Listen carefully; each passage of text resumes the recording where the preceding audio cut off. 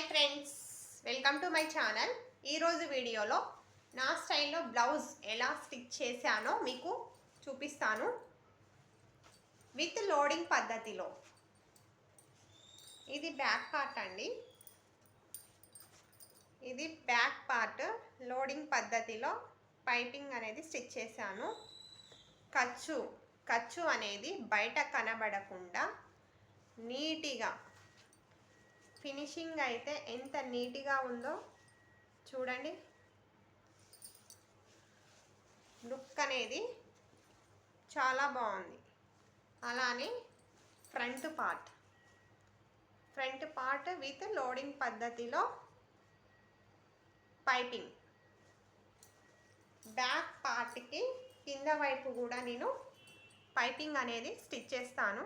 ఇలా స్టిచ్ చేస్తే లుక్ అనేది చాలా బాగుంటుంది. అలానే హ్యాండ్స్కి కూడా పైపింగ్ వేస్తాను. చూడండి ఎలా ఉందో ఫినిషింగ్ అయితే నీట్గా లుక్ అనేది చాలా బాగుంది. రివర్స్ చేసి చూపిస్తాను మీకు పైపింగ్ అర్థమయ్యేలా. చూడండి నీట్ ఫినిషింగ్ అయితే వచ్చింది. ఓకేనా? నా స్టైల్లో బ్లౌజ్ స్టిచ్చింగ్ నేనైతే ఇలానే చేస్తాను నా కస్టమర్స్కి. నా కస్టమర్స్ చాలా హ్యాపీగా ఫీల్ అవుతారు.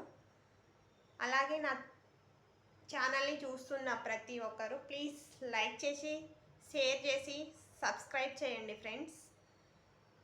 Bye. Hi friends, welcome to my channel. ఈరోజు వీడియోలో నా స్టైల్లో బ్లౌజ్ ఎలా స్టిచ్ చేశానో మీకు చూపిస్తాను విత్ లోడింగ్ పద్ధతిలో. ఇది బ్యాక్ పార్ట్ అండి. ఇది బ్యాక్ పార్ట్ లోడింగ్ పద్ధతిలో పైపింగ్ అనేది స్టిచ్ చేశాను.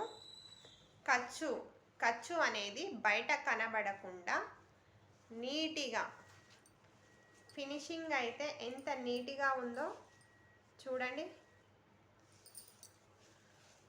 లుక్ అనేది చాలా బాగుంది. అలానే ఫ్రంట్ పార్ట్ విత్ లోడింగ్ పద్ధతిలో పైపింగ్. బ్యాక్ పార్ట్కి కింద వైపు కూడా నేను పైపింగ్ అనేది స్టిచ్ చేస్తాను. ఇలా స్టిచ్ చేస్తే లుక్ అనేది చాలా బాగుంటుంది. అలానే హ్యాండ్స్కి కూడా పైపింగ్ వేస్తాను.